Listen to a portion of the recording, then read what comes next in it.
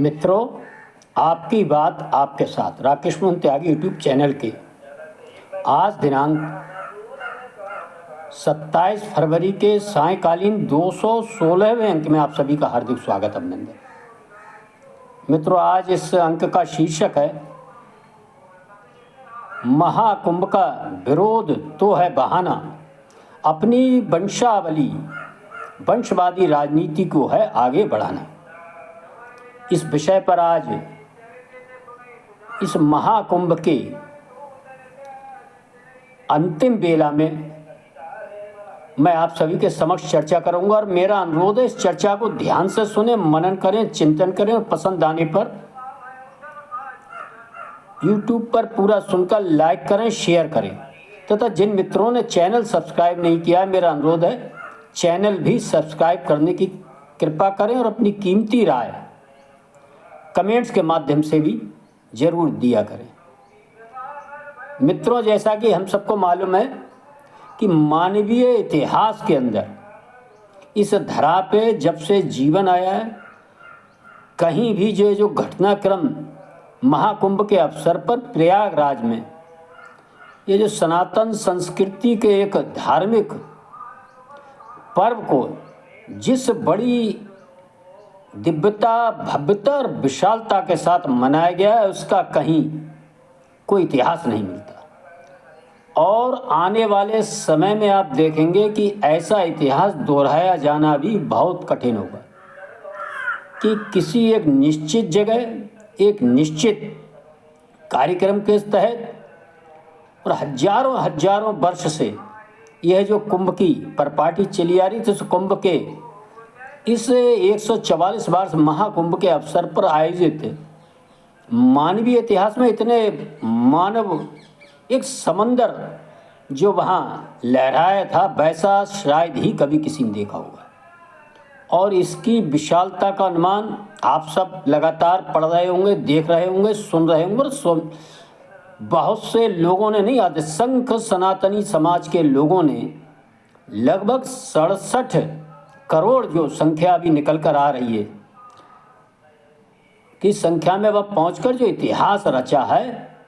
वह एक अद्भुत, अकल्पनीय इस मानवीय इतिहास के अंदर यह जो कार्यक्रम संपन्न हुआ है, इसके बारे में लगातार इतिहास के अंदर चर्चा होती रहेगी और बहुत शीघ्र ही बड़े लंबे समय तक आप इसके बारे में सकारात्मक विभिन्न पहलुओं के बारे में आपको जानकारी निश्चित ही मिलेगी। लेकिन मैं आज यहाँ चर्चा करूँगा ऐसे लोगों के, कुछ इस भारतवर्ष के अंदर कुछ ऐसे राजनीतिक दलों, ऐसे संगठनों का जो लगातार महाकुंभ ही नहीं, सनातनी परंपराओं, भारतीय परंपराओं, भारतीय प्रतिष्ठानों का लंबे समय से विरोध करने का काम करते हैं। मैं आपका ध्यान मित्रों एक और दिलाना चाहता हूं कि ऐसे सभी संगठन, राजनीतिक दलों में एक जो समानता पाई जाती है, वह सब वंशवादी राजनीति को आगे बढ़ाने का काम करते हैं। लोकतंत्र का आवरण ओढ़कर, चेहरा ओढ़कर किस प्रकार वह केवल अपने परिवार, अपने वंश के राजनीति को इस देश पर थोपने का काम करते हैं, इस तरह का विरोध करने वाले जो मैंने बताया सनातन संस्कृति, इस परंपराओं और इस राष्ट्रीय समाज की, भारतीय परंपराओं का और उनके प्रतिष्ठानों का लगातार लंबे समय से, कुछ राजनीतिक दल तो उनका अपने जन्म से ही ये कार्यक्रम चल रहा है। लेकिन मित्रों, ऐसे लोगों के बारे में हमारी पीढ़ी व आने वाली पीढ़ी यदि इनके बारे में जानेगी नहीं, समझेगी नहीं, तो फिर लगातार लंबे समय से आखिर इनकी हिम्मत कैसे पड़ रही है कि ये 67 करोड़ जो सनातनी जिस महाकुंभ में अपनी सहभागिता रखते हैं कि उनका उपहास, उनकी परंपराओं का उपहास, विरोध और झूठा छल प्रपंच फैलाने की काम करते हैं। मित्रों, शुरुआत इन्होंने करी थी कि ट्रेन खाली जा रही हैं, ये महाकुंभ फेल हो गया, कोई भीड़ नहीं है, सारी व्यवस्थाएं फेल हैं, सारा पैसा हजम करना है। इसके बाद जब बहुत भीड़ जाने लगी, इनके किसी भी उस पर ध्यान न देकर तो व्यवस्थाएं खराब हैं, कभी पानी खराब है, कभी ये खराब है, कुछ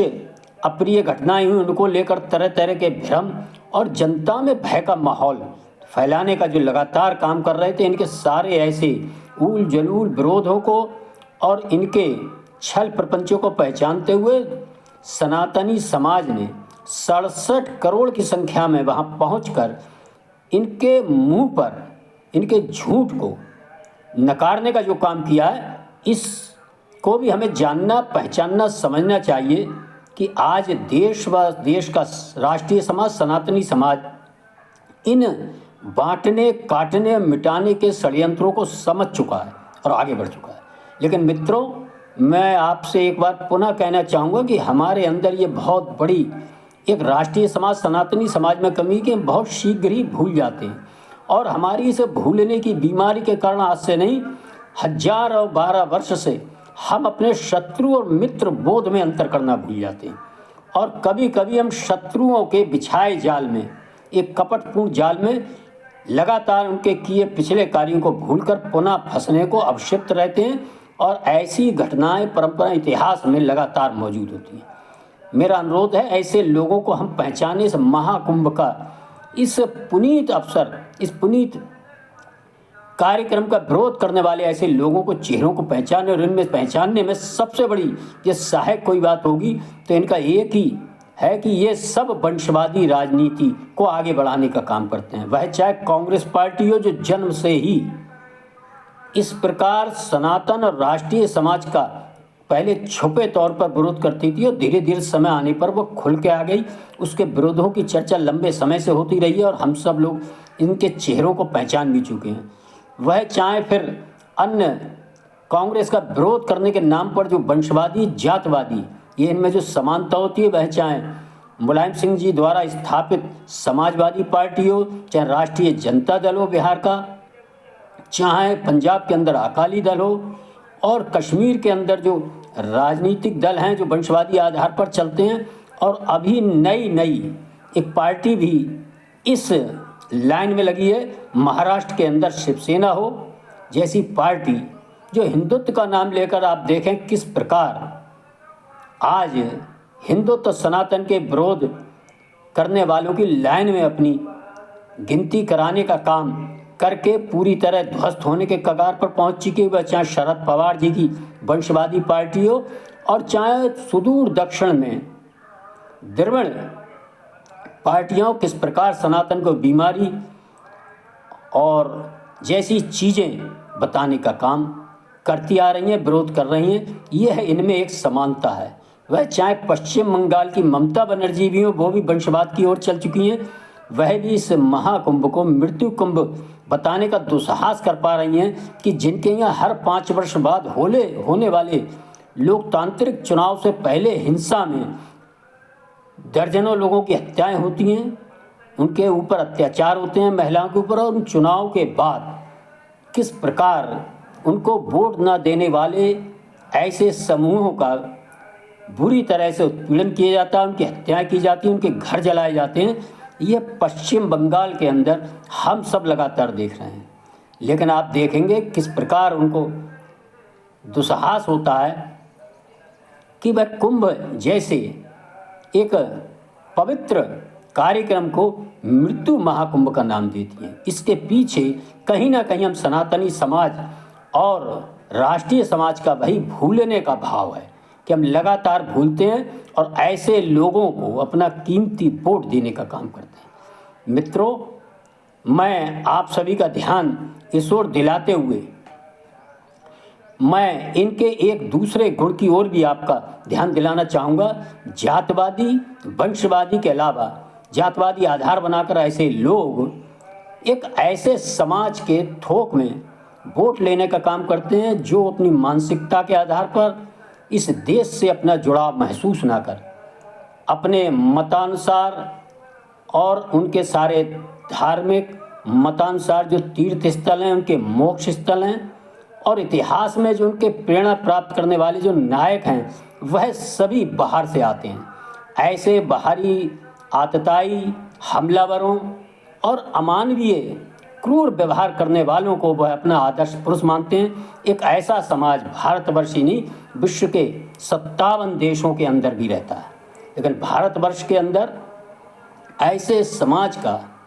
ऐसे जिहादी सोच से ओतप्रोत अधसंख्य समाज का थोक में वोट लेने के लिए ये वंशवादी और जातवादी राजनेताओं में एक ऐसी होड़ चलती है, और इस वोट को लेने के लिए वह कोई भी खराब से खराब काम कर सकते हैं। ये हम सब समय समय पर देखते हैं। मित्रों, इन्हीं राजनीतिक दलों ने किस प्रकार प्रभु श्री राम मंदिर उद्घाटन दिवस का उपहास उड़ाया था, किस प्रकार उसको रोजगार से जोड़ने का काम किया था कि इससे रोजगार नहीं मिलता, इससे ये नहीं मिलता, वो नहीं मिलता, और ये हम जब मन होगा जाएंगे, इस तरह की घटनाएं करने का काम किया था। कुछ पिछले चुनाव में जो किन्हीं वजह से कुछ थोड़ा उनका जन समर्थन बढ़ गया था, किस प्रकार उसको जोड़ने का काम किया था प्रभु श्री राम से, ये हम सब ने देखा है। मित्रों, ऐसे राजनीतिक दल सभी एक दूसरे से होड़ करते हैं कि सनातन परंपराओं, सनातन संस्कृति, सनातन रीति रिवाज, सनातन के जो त्यौहार हैं उनका किस प्रकार ज़्यादा से ज़्यादा उपहास, किस प्रकार खिल्ली विरोध कितने नीचे स्तर तक करना पड़े, वह भी करने का दुस्साहस ऐसा इसलिए कर पाते हैं कि हम सब जब समय आता है चुनाव के समय ऐसे राजनीतिक दलों से प्रश्न जवाब नहीं पूछ पाते, जो लगातार लंबे समय से, मैं जानता हूँ देश की आज़ादी के बाद में उससे पहले से जो सनातन समाज को बांटने का काम ऐसे राजनीतिक दलों, ऐसे संगठनों और इनके नेतृत्व ने किया था, वह हम सब ने देखा है कि इस महाकुंभ के अवसर पर बिल्कुल धूल धूसरित हो चुका है। जो सनातन समाज इस राष्ट्रीय समाज को बटा हुआ, कटा हुआ माना कहते थे, छुआछूत जैसी भावनाएं, अन्य भावनाओं का प्रचार करते थे, आज सारे विश्व ने देखा कि इस महाकुंभ के अवसर पर गरीब हो, चाहे फैक्ट्री वाला अडानी हो, चाहे उनके यहाँ काम करने वाला मजदूर हो, दलित हो, शोषित हो, पीड़ित हो, वनवासी हो, गिरवासी हो, बंगाली हो, बिहारी हो, द्रविड़ हो, आर्य हो, अनार्य हो, पंडित हो, ठाकुर हो, जाटव हो, बाल्मीकि, कोई भी हो, राजनेता हो, चाहे उनका साधारण कार्यकर्ता हो, चाहे पूरा मंत्रिमंडल हो, मुख्यमंत्री योगी आदित्यनाथ जी के नेतृत्व में व राजस्थान के मुख्यमंत्री भजन लाल शर्मा के नेतृत्व में किस प्रकार सारे मंत्रिमंडल ने छोटे बड़े का भेदभाव भुलाकर किस प्रकार संगम स्थल पर स्नान का कार्यक्रम संपन्न किया था और आचमन किया था वहाँ, ये हम सब ने देखा है। मित्रों, आज ऐसे राजनीतिक दलों की कलई खुल चुकी है, क्योंकि इस महाकुंभ में 67 करोड़ की जो संख्या निकल कर आ रही है, इसका मतलब यह है कि हर दूसरा सनातनी कहीं ना कहीं इस महाकुंभ में अपनी सहभागिता दर्शा रहा था। और इसमें ऐसा नहीं है किसी राजनीतिक दल विशेष के लोग थे, इसमें सभी विभिन्न राजनीतिक दलों के समर्थक रहे होंगे और निश्चित ही उनकी भावनाओं को इन ऐसे राजनीतिक दलों के विरोध और उपहास ने कहीं ना कहीं ठेस पहुंचाने का काम किया होगा। और उन्होंने देखा होगा किस प्रकार व्यवस्थाओं को लेकर वो झूठा छल प्रपंच वाला शोर मचा रहे थे, वह किस प्रकार उन्होंने अपनी आंखों से देखा होगा। गांव में आकर चर्चाएं हो रही हैं, चर्चाएं लंबे समय तक चलेंगी। लेकिन मेरा अनुरोध है कि हम सबको ऐसे राजनीतिक दलों को जो मुस्लिम तुष्टीकरण के नाम पर उनका थोक वोट बैंक लेने के लिए किस प्रकार इस देश के राष्ट्रीय सनातन समाज को बरगलाने का, बांटने का, काट कर मिटाने का काम करते हैं, इसकी जड़ें आपको बहुत पीछे से नजर आएंगी। मैं लगातार आपको बताने का प्रयास करता हूं कि हम सब भूल जाते हैं, इसलिए लगातार मैं बताता रहूंगा। और एक बार पुनः आपका ध्यान दिलाता हूं कि इस मुस्लिम तुष्टीकरण की अगर कहीं इस आधुनिक भारत में शुरुआत हुई थी तो वह सन 1918-19 की तरफ जो केरल के अंदर मोपला में जो मोपला विद्रोह हुआ था, और उस विद्रोह में दसियों हजार सनातनियों की हत्याएं हुई थी, धर्मांतरण हुआ था। और उसके पीछे अगर कोई कारण था तो वह था उस समय के तत्कालीन कांग्रेस के नेता महात्मा गांधी द्वारा खिलाफत आंदोलन को समर्थन देना और सारे हिंदू समाज से अपील करना कि अपने मुस्लिम भाइयों के साथ इस खलीफा को हटाने का जो अंग्रेज़ों ने टर्की में हटाया था खिलाफत उनकी ख़त्म की थी, उसका विरोध करने के लिए उनका साथ दें। ये था मुस्लिम तुष्टीकरण का। कोई हमारे देश का मतलब नहीं था यहाँ के, न मुस्लिम से न हिंदू से। कहाँ टर्की, कहाँ अंग्रेज और खलीफा खिलाफत आज तक नहीं ले पाए। लेकिन उस खिलाफत आंदोलन का समर्थन देने के नाम पर किस प्रकार इस देश के राष्ट्रीय समाज ने जो मुस्लिम तुष्टीकरण का जो पहला जो प्रकरण देखा था, और वह आज तक इस देश के अंदर चला आ रहा है, और उस प्रकरण से कितनी बड़ी जघन्य हत्याएं करने का काम जो हुआ था वह हम सब ने देखा। हमारा समाज सचेत नहीं हुआ इसके बाद भी, और बहुत शीघ्र ही डायरेक्ट एक्शन के नाम से पुनः वही दृश्य हमारे देश में दोहराए गए, और धमकाकर गुंडागर्दी के बल पर, दंगे के बल पर, आतंक के बल पर, हत्याएं, बलात्कार और धर्मांतरण के बल पर किस प्रकार इस देश को आज़ादी के समय बंटवारे का दंश झेलना पड़ा मित्रों, वह भी हम सब ने देखा। लेकिन इसके बाद भी हमारे समाज ने इन चीज़ों के मूल में न जाकर पुनः उन चीज़ों को भूलने का काम किया। हमारे सनातन राष्ट्रीय समाज ने आगे बढ़ते, लेकिन किस प्रकार उसी राजनीतिक दल ने, कांग्रेस ने आने वाले समय में लंबे समय तक आप देखेंगे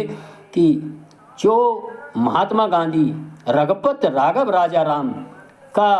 और राम राज्य का सपना दिखाकर कांग्रेस को सत्तारूढ़ करके गए थे, उसी कांग्रेस के लोगों ने भगवान राम को किस प्रकार